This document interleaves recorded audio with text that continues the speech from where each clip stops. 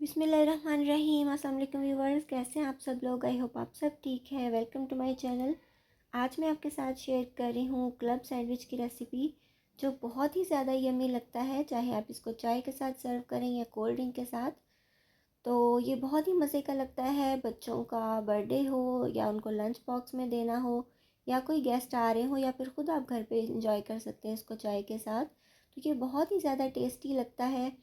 तो बेकरी से जब हम लेके आते हैं तो उन्होंने इसके ऊपर प्लास्टिक पेपर रैप किया होता है, तो आप घर में भी इसको ऐसे रैप करके रख सकते हैं, तो ये काफ़ी देर तक फ्रेश रहता है। और इसका सबसे बड़ा फ़ायदा ये है कि आप इसको ठंडा भी सर्व कर सकते हैं। तो ये बेकरी से भी ज़्यादा घर में मज़े का तैयार हो सकता है। बनाना भी बहुत ज़्यादा ईजी है, लेकिन बहुत ही ज़्यादा मज़े का लगता है। तो बहुत ज़्यादा ईजी सी रेसिपी है, आप वीडियो के अंत तक ज़रूर देखिएगा। और बस छोटे छोटे टिप्स एंड ट्रिक्स हैं, जिससे आपका जो सैंडविच है वो बेकरी से भी ज़्यादा टेस्टी घर में तैयार हो सकता है। तो बस थोड़ी सी चीज़ें चाहिए होंगी इसको बनाने के लिए। सबसे पहले मैंने लिया है यहाँ पर 4 पीस लिए हैं ब्रेड के। और ब्रेड आपकी फ़्रेश होनी चाहिए, जितनी ज़्यादा सॉफ्ट और फ्रेश होगी उतना ज़्यादा मज़े का हमारा क्लब सैंडविच बनेगा। तो यहाँ पे मैंने 4 स्लाइस लिए हैं इसके। उसके अलावा मैंने 2 टेबलस्पून जितना चिकन लिया था, उसको बॉईल करके श्रेड कर लिया है। एक अंडा लेके बॉईल करके उसको भी पीस कर लिया है।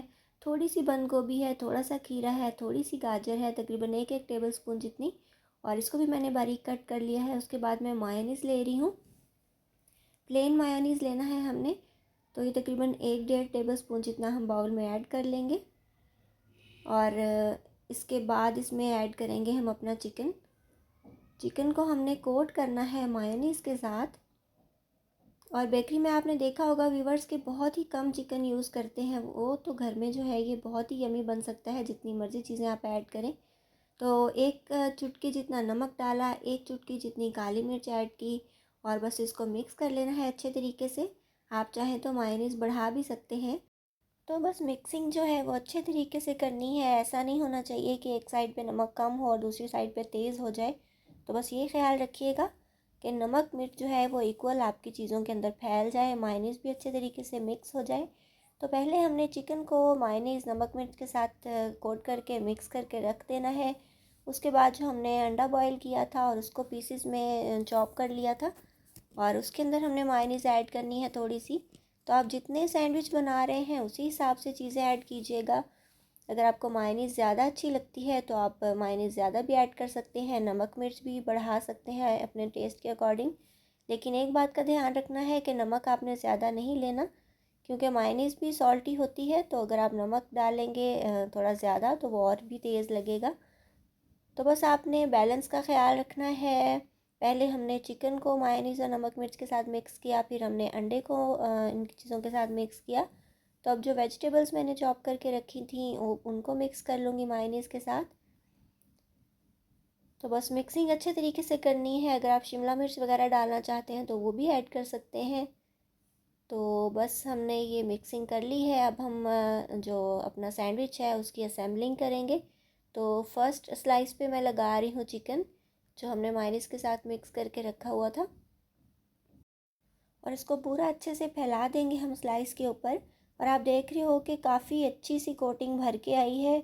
जो बेकरी वाले हैं वो कभी भी इतना ज़्यादा चिकन यूज़ नहीं करते।